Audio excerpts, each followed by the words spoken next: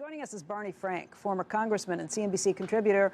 Also, Alex Brill, who is American Enterprise Institute resident fellow focusing on tax policy. And Congressman, let's start with you.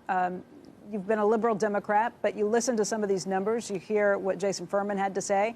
You hear what Larry Summers has said about this and how these numbers don't match up with anything that the CBO is talking about either. Is it an honest debate?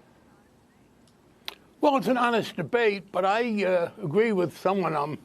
I can't see who's saying what. Well, I'm sure it's not me. The question. Probably Robert. The question is not. The question is not the comparative who's paying more or less. In the first place, you really can't tell. There's so much uncertainty there, and people's emotions and ideologies influence that. But the questions are: one, could we use more revenue to accomplish purposes that are important to the society that can only be done through government? Secondly, how do we raise that revenue in a way that is not going to interfere with economic growth? And then there's also a fairness question. Who can afford to pay it without having any kind of diminution of their quality of life? So all of those argue for me that, yes, we can increase taxes on the wealthy. The problem is that we have many unmet needs. The biggest example for me is infrastructure. There's a bipartisan agreement that we need infrastructure. I noticed the World Economic Forum just downgraded America's competitiveness. We're now below Singapore. Singapore's number one, now we're number two, right? And one of the reasons was infrastructure. Right. One of the major reasons that I read was that we have an inefficient infrastructure. If instead of the massive tax cut that went predominantly to wealthier people in 2017, we had put half of that into infrastructure improvement, we'd have more productivity, because the promise of that tax cut was 3% growth. It was going to make a permanent improvement in the economy. In fact, it didn't.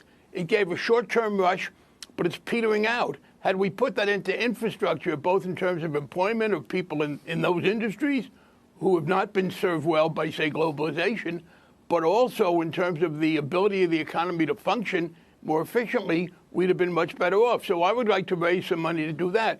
The other question, let me say quickly, is, yeah, I want to spend the money more wisely. And one of the things we should do, in my judgment, is reduce the military budget. I think the president is half right here.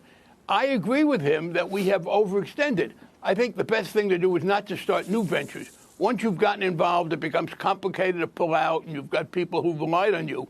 But we could save a lot of money if we simply were much more prudent about what we did in the future. My dilemma with the president is that he argues Europe should pay more and others should pay more and we should do less, but he budgets as if that wasn't the case. If we really want Europe to pay more, which I have been for a long time, we ought to say, look, 2 years from now, we're cutting billions out of what we spend there, and you either pick it up or not. Alex, that is a lot to try and wade through. Let's get back to this basic question of, if we're going to be raising taxes on somebody, should it be the 400 top wealthiest people? Should it be the 1%? What do you think? Yeah, I think the question is not really the distribution of the NATO budget, but the question is who's paying taxes today, and what are their taxes relative to what their income is. And I think that everybody except 2 or 3 economists in California are telling us that we have a progressive tax code, that as incomes rise, taxpayers' tax rates tend to rise as well. And the Congressional Budget Office tells us that, and other economists who are looking closely at this issue tell us that as well.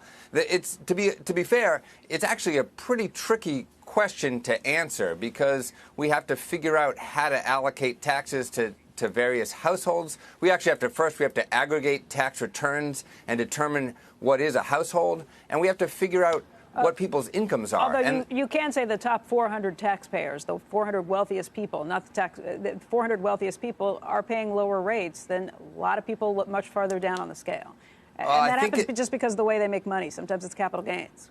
Well, obviously we have a lower capital gains tax rate than our ordinary income tax rate, but I don't think it's an easy question to answer, because it's unclear what the income is for those 400 wealthiest. We know what they report on their tax return, but the research that we're debating is not based on the people's adjusted gross income. It's thinking much more broadly about people's incomes, what their health insurance benefits are, what their imputed rents are. And so these are all estimates. And the estimates that are catching the attention of the left, the New York Times, and this morning the Washington Post, those estimates are out of line with what the consensus is. But Alex, some of this all started with the Buffett rule. Warren Buffett famously came out and said he pays a lower tax rate than his secretary because, of course, he has wealth and his secretary makes wage income.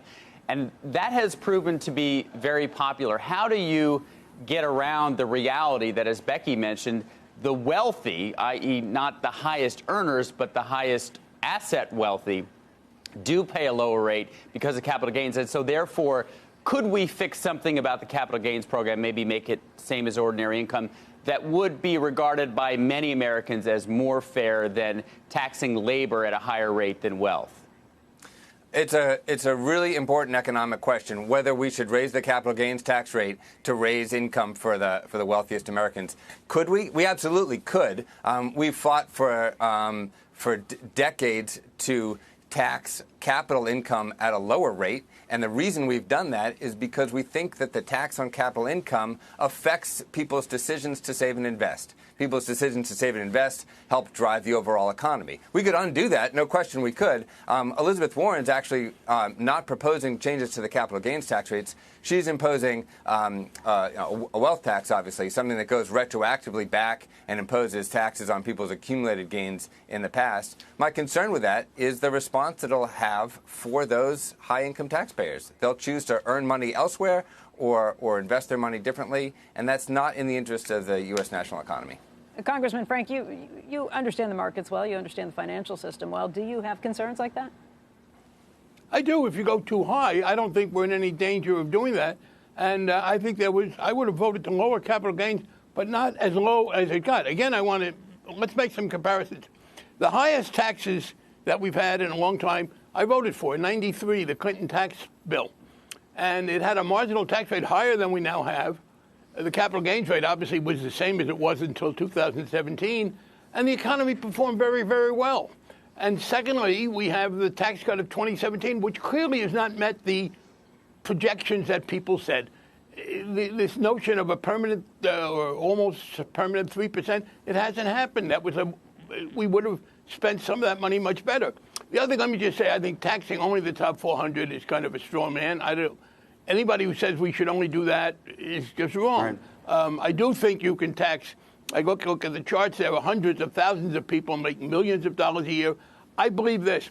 I think you could raise the taxes on people who are making millions of dollars a year annually and not have any negative effect on the economy. Frankly, I think with a lot of the wealthiest people, I don't think they know how much taxes they're paying exactly until their accountants tell them.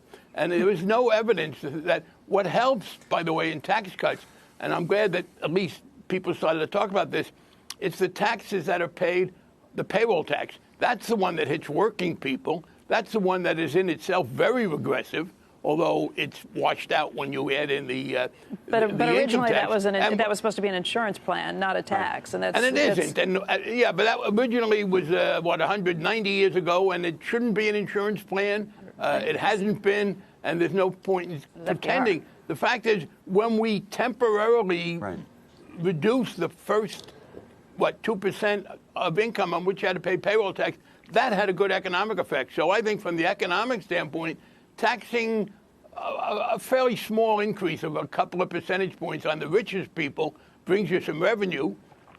And then I think, could get rid of the limit altogether? I would not do it right away. I'd